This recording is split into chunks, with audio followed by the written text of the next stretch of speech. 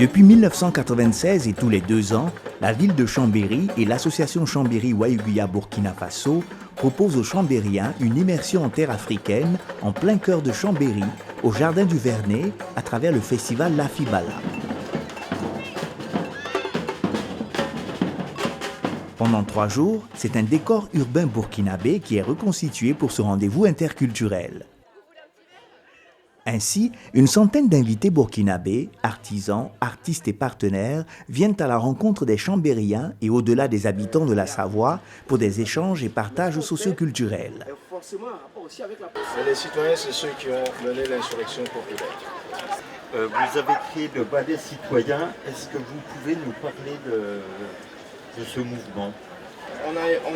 On a fait un travail de terrain quand même bien avant de construire, de mettre en place le ballet citoyen.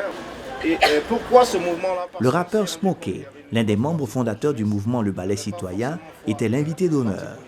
Aux côtés de plusieurs autres invités de marque, ils ont animé des débats en direct à la radio et lors de la conférence publique qui a fait salle comble. Moi, j'ai retenu ce que j'ai lu dans la presse, le Ballet Citoyen. Évidemment, il y a le collectif anti-référendum, je crois, le cas. Et ça servi de catalyseur pour la jeunesse. Puis les femmes sont intervenues dans la danse. On ne peut pas oublier la manifestation du 27 avec les spatules. Et ça prenait encore de plus en plus. Les fissures sont... On est à la Fibala partisans que, en organisant un événement festif, en attirant les gens sur une approche culturelle qui est la plus simple d'approche, c'est de passer un bon moment, découvrir un artiste, regarder un spectacle, ça touche tous les publics. Donc on estime à 15 000 personnes qui passent sur le festival, qui sûrement pour la plupart ont une motivation de passer un bon moment. On arrive à leur faire passer des messages à travers ces conférences, ces rencontres, ces débats, ces séances de sensibilisation. On avait Smokey parmi nous pendant ce festival. Smokey est un musicien militant.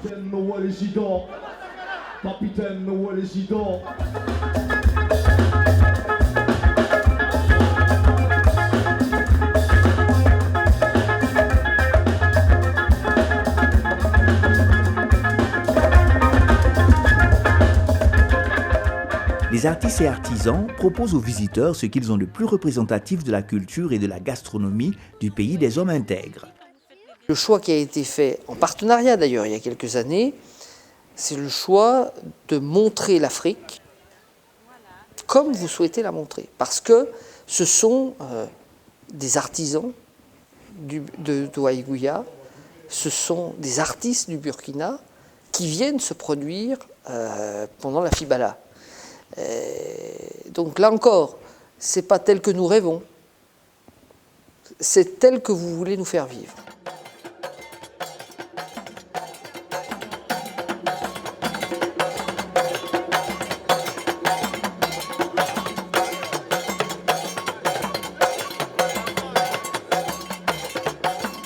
Au Jardin du Vernet, quartier général du festival, les tout-petits avaient aussi leur espace de découverte du Burkina. Il y a des enfants dont les familles sont originaires du Maghreb et les pois de terre, ils pensaient que c'était des œufs de scorpion.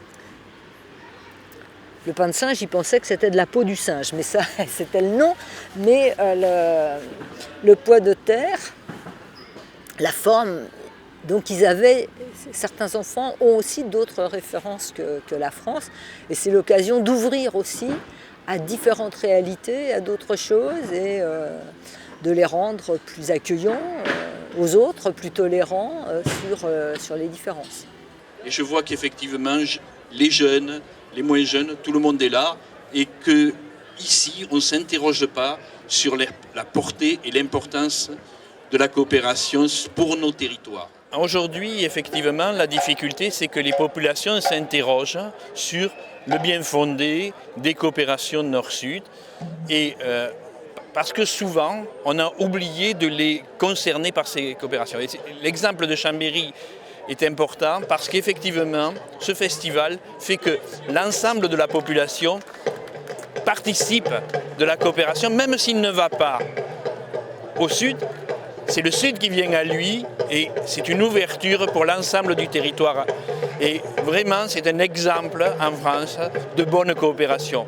Mais à côté de ça, l'important, c'est aussi sur le territoire que l'ensemble des populations soient informées de ce qui se fait et participent et partagent des moments de fête et de rencontres entre les deux villes.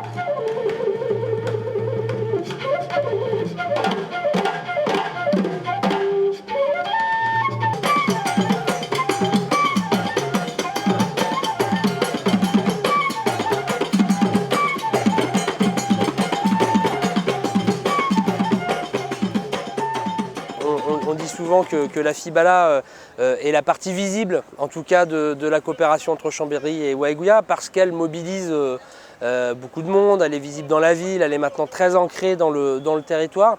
Chambéry-Waiguya, bien sûr, c'est aussi d'autres projets, plus d'accompagnement de la collectivité au Burkina Faso, puisqu'on est bien dans le cadre d'une coopération décentralisée.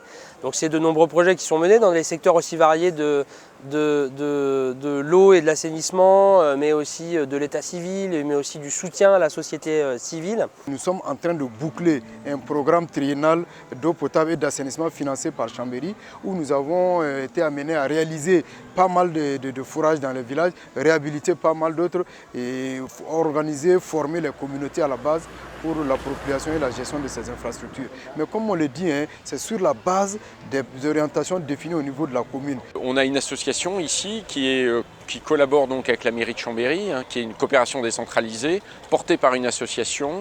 Et derrière, à Waiguya, on a la même chose avec un organisme qui porte l'association, qui porte la coopération Chambéry-Waiguya et avec portée choisie par la mairie en lien avec l'équipe de la mairie ou équivalent. Et donc là, on a un dialogue permanent et tous les choix se font en commun avec à chaque fois un comité de pilotage. Très régulièrement, on essaye de toujours faire ce comité de pilotage à parité entre Waiguya et Chambéry pour décider des actions à venir.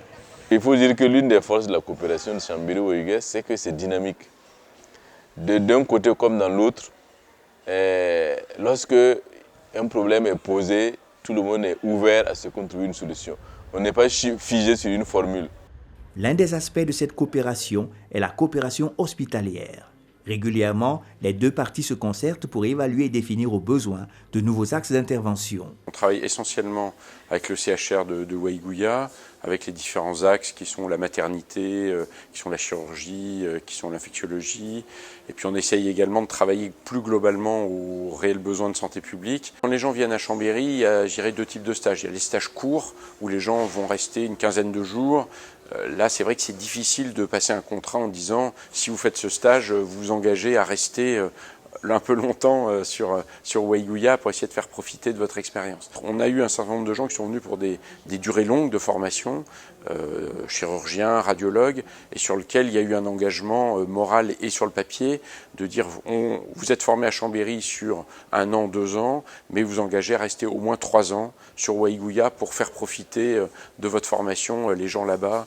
Et ça a très bien marché. En fait, on a des réunions mensuelles dans lesquelles on discute un petit peu de la programmation des missions, des objectifs, et entre chaque réunion, les personnes prennent contact avec leurs collègues de Waiguya pour voir un petit peu ce qui est faisable.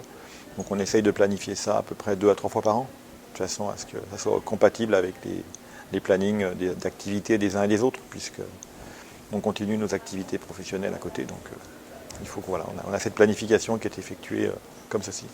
Donc on a fait une sorte de programmation des activités, des missions sur 4 ans, puis on réajuste chaque année et on en reparle à l'occasion de ces réunions du comité de jumelage. Le côté pratique et que tout le monde manipule beaucoup plus pendant ce temps-là, non ? Combien de temps dure éventuellement cet enseignement théorique-là ? Le sens que je donne à cette coopération, c'est que vraiment ça permet de tisser les liens assez forts entre les différentes structures hospitalières, et ce qui permet donc des échanges dans bien du domaine. Donc des équipes qui quittent ici et viennent au niveau de l'hôpital. Et également au niveau de l'hôpital, donc nous avons du personnel qui vient assez souvent ici et qui bénéficie donc d'un renforcement de compétences. À noter que plus de 20 projets sont exécutés dans le cadre de la coopération décentralisée entre Chambéry et Waiguya. Une coopération décentralisée vieille de 20 ans, empreinte de solidarité, de proximité et d'échange entre deux collectivités locales et leur population.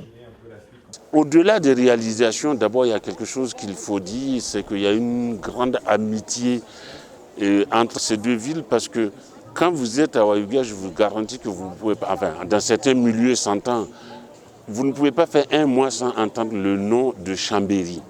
Même si, des fois, vous êtes obligé de demander c'est quoi Chambéry, et on vous explique. Et moi, je dis que dans les milieux des décideurs à Wayouguia, il y a deux catégories de population. Il y a ceux qui ont été à Chambéry et ceux qui rêvent d'aller à Chambéry. Et quand je suis arrivé ici, je me suis rendu compte qu'ici aussi, il y a deux catégories de Chambériens. C'est-à-dire ceux qui ont été à Wayouguia et qui peuvent en parler longuement, et ceux qui rêvent d'y aller, parce que les autres sont venus parler de ce peuple attachant qu'est le peuple du Yatinga en général. On a su faire valoir aussi l'intérêt qu'a ce festival au-delà du festif et de l'engagement d'une coopération à l'international avec des retours sur le territoire qui soient économiques. C'est-à-dire la FIBALA, c'est aussi un retour économique pour nos acteurs économiques, les hôteliers, les gens qui font le son, les restaurateurs.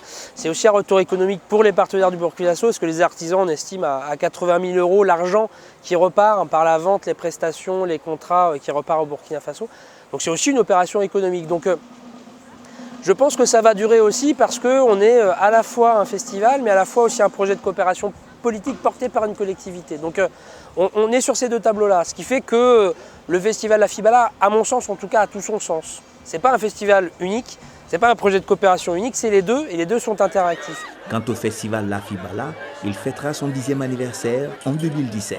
Ce sera à nouveau l'occasion de célébrer cette grande amitié qui privilégie le dialogue interculturel et l'équilibre nord-sud, loin des jumellages classiques.